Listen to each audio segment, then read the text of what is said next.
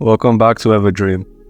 Today we're going to be talking about Bachira as promised. And unlike the last time, I'm going to try and keep this video a little under 14 minutes. So let's get right on with it. Bachira is one of the best players in Blue Lock hands down, and he is usually given the epithet of the dancing bee. But I would liken him more to a shark. And that's because they are often regarded as the perfect predator. Everything about them is built to hunt, similar to how everything about Bachira is geared towards offense. But before we get into all that, if you like my videos, please hit the like button and then subscribe to my channel to get notified when I drop future Blue Lock content.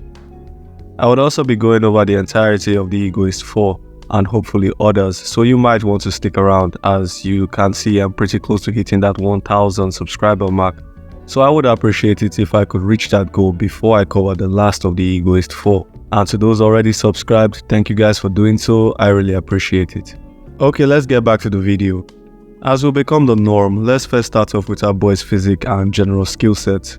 Now Bachira, like all players, is quite athletic. But unlike Isagi, Bachira started off the series already being one of the more physically impressive candidates in the program, possessing incredible agility and dexterity, as well as good speed, though not so much to be considered a sprinter type. While not being a physical powerhouse with his small frame, he was still stronger than he looked, and he really didn't have any physical limitations or weaknesses, though he was only above average in some regards. Despite all this, it is his technical abilities that make him the monster he is regarded as. Skills like his passing and shooting are both high level, but it is his dribbling that steals the show, as he might flat out be the very best dribbler we have encountered in this series, excluding Lorenzo, the veteran superstar of course. However, despite all the notches in his belt, Bachira does have some technical vulnerabilities, the most glaring of which is his lackluster aptitude for defense. Perhaps the result of being so offensively focused, Bachira has a pretty bare-bones sense of defensive awareness, and he offers little value to his team when the opposing team is in possession of the ball.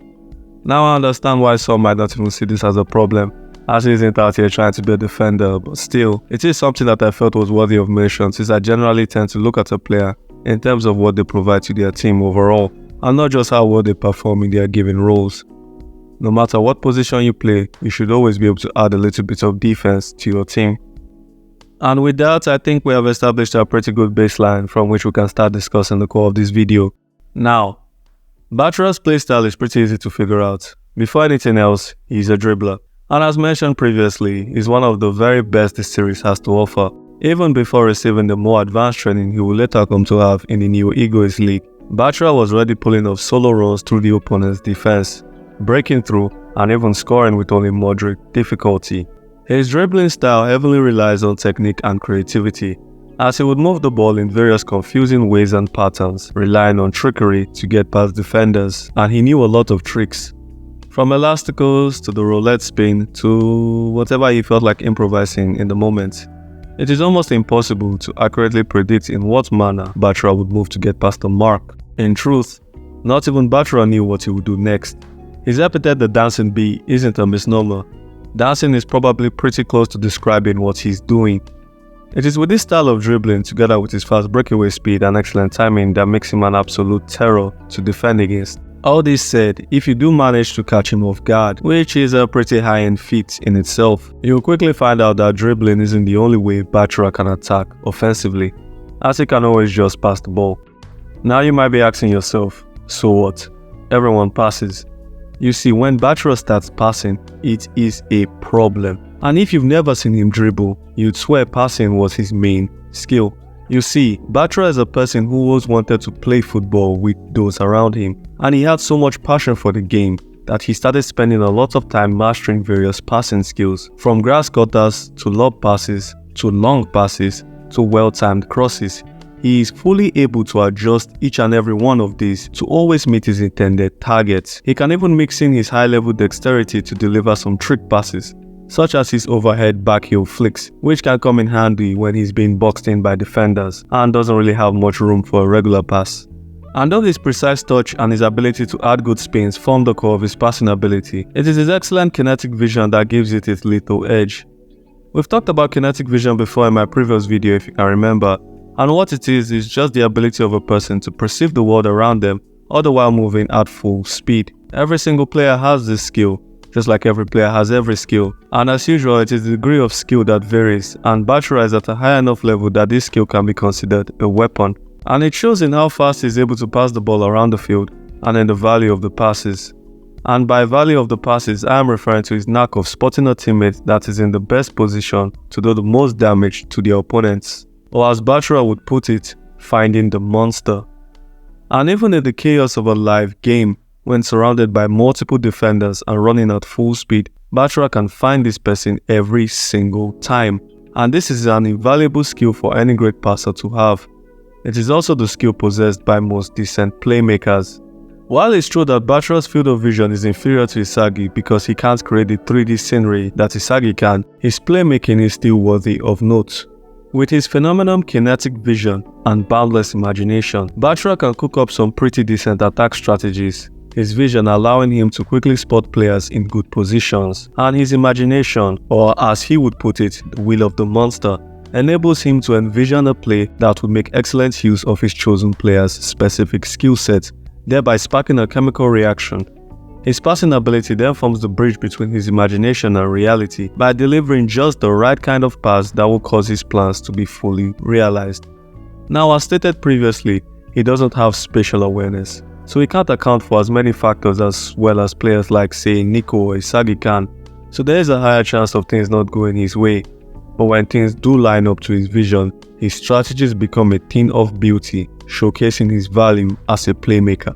And now we've come to his final weapon, his shooting ability.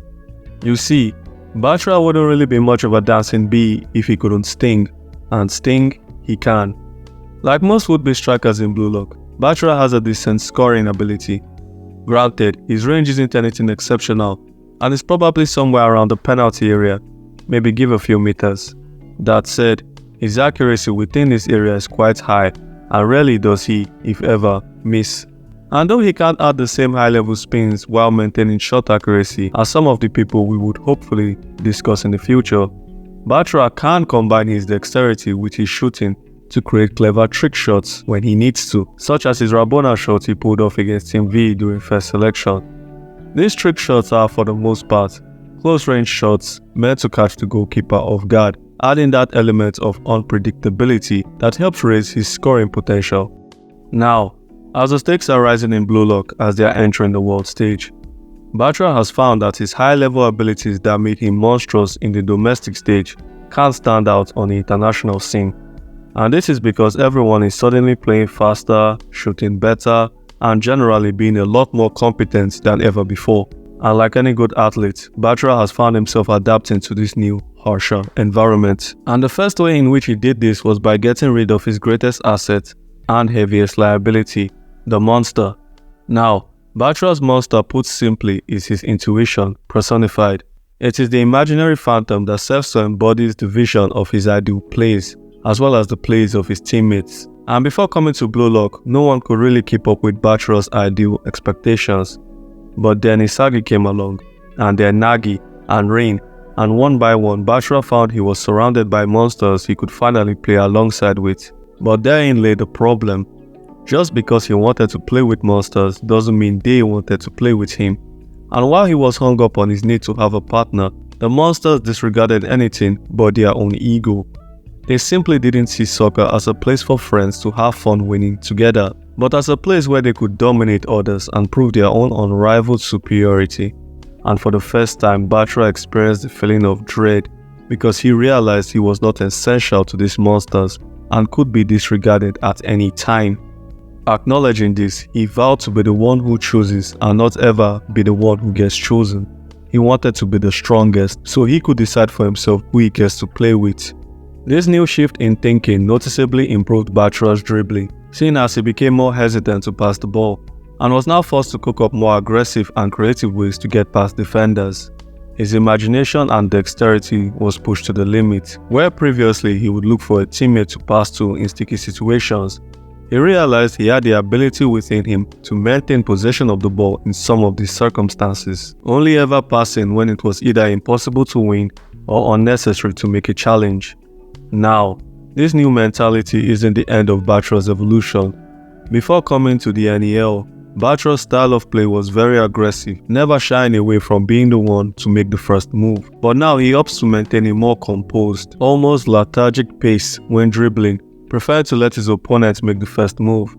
This shift from an active dribbling style to a more passive one is primarily based on his discovery of Ginga, which is a form of movement that favors efficiency as much as it does creativity.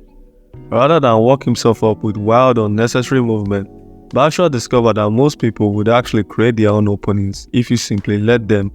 So rather than attack, Bachira would focus on counter-attacking. To that effect, he keeps his upper body as stable as possible without sacrificing his flexibility and responsiveness. He then leaves most of his movement to his lower body, making quick and confusing ball feints, the main focus being to irritate and keep possession rather than attack. So ball control is absolutely crucial, which is why his ball keeping skill has drastically improved, to the point where it seems as though the ball is permanently glued to his leg when he moves it around. When his opponent finally gets frustrated enough and attacks, he then slips through the openings created in their defense. This new counter-attacking style of dribbling is noticeably many times more effective than his previous style, given that it saves him a lot of energy, while also increasing the likelihood of winning 1v1 situations. Now, if you are observant enough, you would realize that, although unintentional, this new style is an almost exact mirror of the elder Itoshi brothers' style, both heavily relying on counter-attacking among other similarities. You just need to look at them side by side to see the resemblance. I will still put money on Bachira being the more effective dribbler, as in addition to improving his form, he has honed his imagination as well, significantly increasing his dribbling range with more tricks and maneuvers. And I only bring this comparison up to emphasize how far Bachira has come, as he can now be compared to the genius midfielder of the Miracle 11. But it isn't just his dribbling that has improved. His passing ability has had some growth as well, as he can now easily keep pace with world-class passers, matching their precision, speed, and timing perfectly. His shooting ability has also been polished as well. But the backbone to all his new developments is definitely his physique. As an athlete, he is significantly faster and stronger than before, with his stamina and pace having all been brought up to the international level. The same goes for his more intangible weapons like his kinetic vision. All in all, Bachira has finally come into his own as a true monster.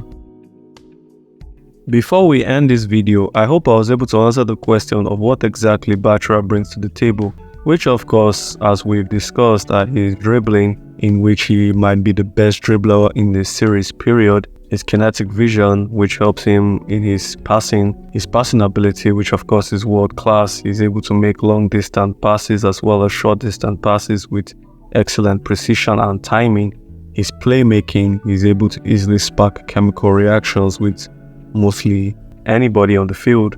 And of course his shooting ability, which of course is pretty decent. He's a decent finisher, but he's not without his faults, as defensively he doesn't really add much value to the team. When his opponent is in possession of the ball, Bachira has very little usefulness on the team.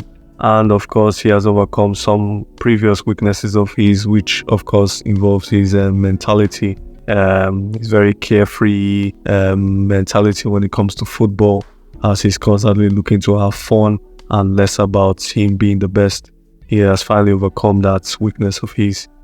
And at long last, we have now come to the end of this video. If you guys like what you saw and want to continue to see more, please give me that like rating and subscribe to my channel, as I would very much appreciate it. I would for sure be finishing my rundown of the Egoist 4, but whether or not I cover more on Blue Lock is entirely up to you guys, as not reaching 1,000 subs by the end of this short series will serve as proof of lack of engagement and would force me to drop Blue Lock. So I encourage you guys to please share my videos so we can keep that from happening. The next character I would cover is the speedster himself, Chigiri. So please stay patient for that video drop. Until then guys, I will see you later. Stay safe.